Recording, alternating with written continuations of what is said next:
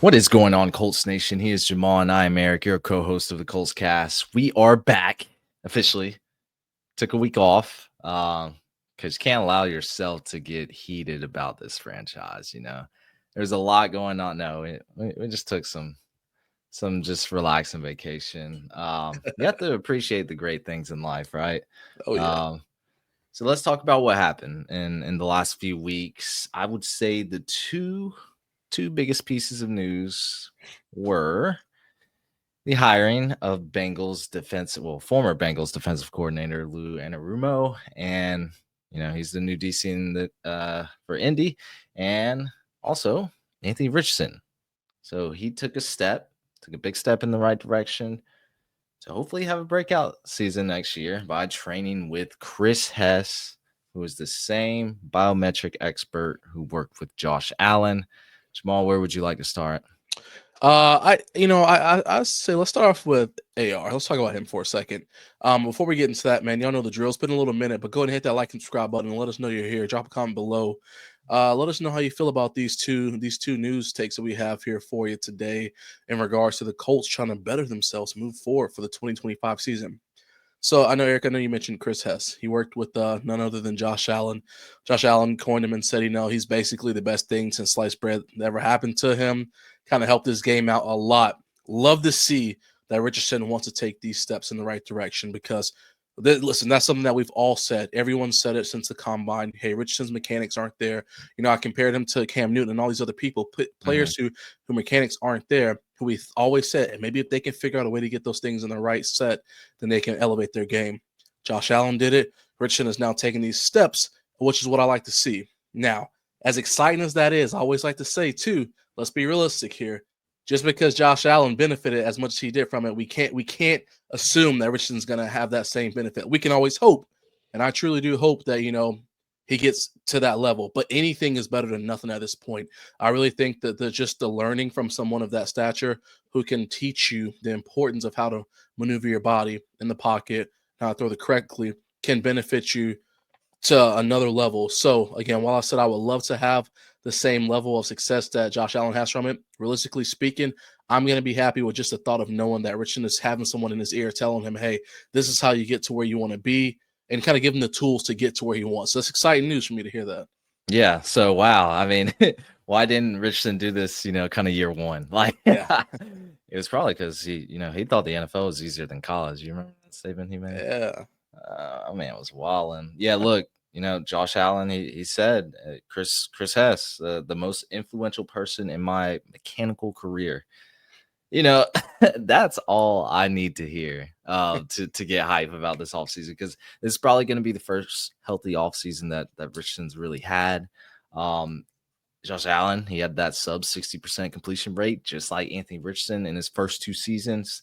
Now he's an MVP candidate. And like Jamal said, high high bar, high stuff to fill right there, because we hope he becomes, the next Josh Allen. But let's be honest here. I don't know. Anthony Richardson's on thin ice. I think this is exactly what the doctor ordered. He needs somebody like this in his camp to help progress his game, because he's most likely entering that make or break it season. And basically he needs to make that Josh Allen type of breakout jump in his third year, because he's got competition headed his way in 2025. So he needs every bit of refinement to retain his QB1 status for the future. It's going to be interesting. Like, I don't know what's going to happen. I'm hoping that man just steps on the field and just and we can get on that Sunday and just be like, Anthony Richardson's the GOAT. But I don't know. Life just doesn't work like that. Josh Allens don't grow on trees. And competition's coming. Y'all. I know y'all don't want Justin Fields, but look, the Colts can't like Justin Fields coming out of Ohio State. So I mean, Chris Ballard likes and liked his guy. So yeah. We'll see what happens with that, but yeah, it's going to be beneficial no matter what.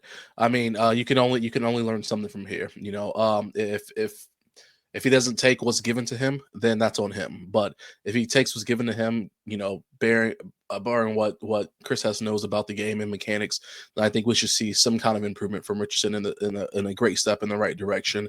Whether that takes half the season, we don't know. But from day one, I think we should notice something a little different, maybe the way style of play. But I'm excited for it. You know what else I'm excited for? Defense side of the ball, man. Defense side. The play excited. K Mo's excited.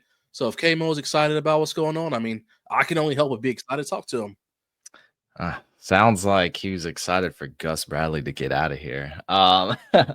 Yeah, Lou Anarumo, defensive coordinator for the Cincinnati Bengals for the last 6 seasons. He coached a good unit back when the Bengals made a run to the Super Bowl. I think even the next year he had a top 10 defense. So, he's had some good seasons there. I think, there's some just stigma right now of hiring him because he's coming off probably. I mean, that Bengals defense had to be bottom 5. Just every game somebody was putting up 35 on them. So Joe Burrow and that offense had to put up elite numbers to even be competitive. So I don't know. I will say they lost some key defensive players in the last few years that kind of caused that downturn. So like Jesse Bates the third, a great player. He's now in the Falcons. DJ Reader, Lions. That front office didn't retain the talent probably needed to sustain that play. So I'm kind of indifferent about this. I'm not super hype over it. Sure. I will say one of the biggest things I like about this hire is his specialty is coaching defensive backs. So he's been a defensive backs coach for multiple teams in college and the NFL, the Dolphins, the Giants. So that's what he was doing before he became DC as for the Bengals.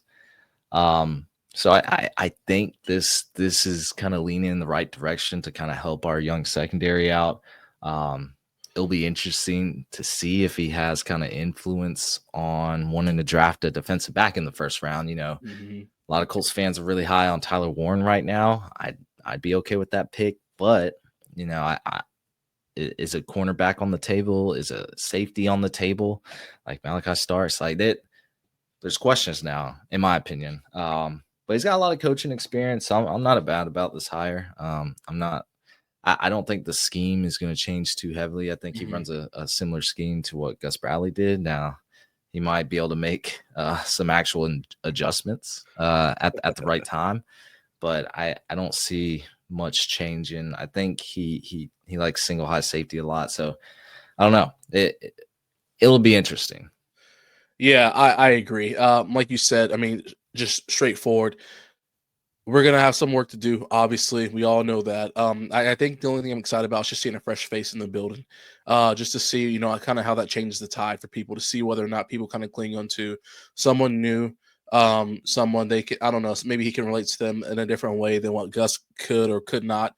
And just like you said, the biggest thing for me was just his tenure with DBs as a DB coach. That right there is just what we need to see. I know you talked about the Bengals personnel and how they didn't retain as many players as they probably should have.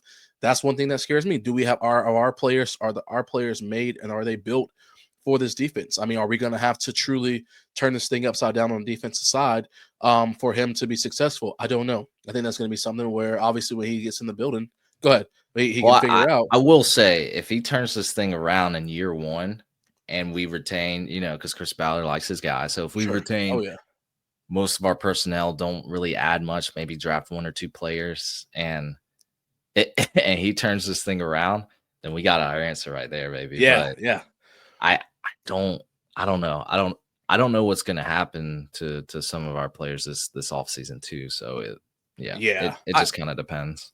I agree. And I know that a lot of people, I don't know, maybe some people will agree, maybe some people will disagree. I still think that no matter what, we got to see fresh faces in the building. I mean, we have to have, again, I know we harped on it before. We harped on it all season long, but just the competition has to be there. Even with a new coach being in there, a new coach can be in there, but is it going to make the players play harder if they know that there's still no one to take their spot? So I think that fresh, realistic competition, not friendly competition, but realistic competition coming in as with him as well.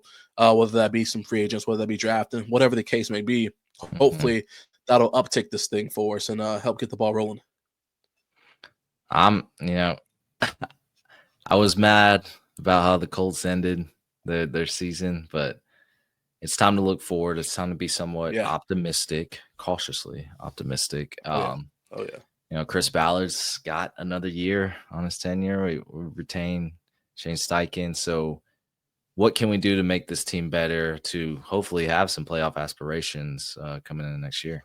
Yeah, absolutely. That's what we look forward to now. So we keep rolling. Keep rolling. So we're going to be, dishing out some off-season content from here on out.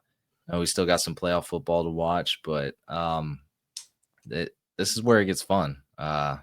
We we get to talk about a lot of things other than just what happens on Sunday. Oh yeah. So this will be fun. Let us know what you think in the comments if you're still with us. If you're on YouTube, give us a like, subscribe, do all of that. Hey, we are back. Thank you for listening to the Colts Cast. We are live on Apple Podcasts, Spotify, YouTube, or any platform you use to listen to podcasts. And we'll be back next time to give you some more Indianapolis Colts content. Y'all Take it easy.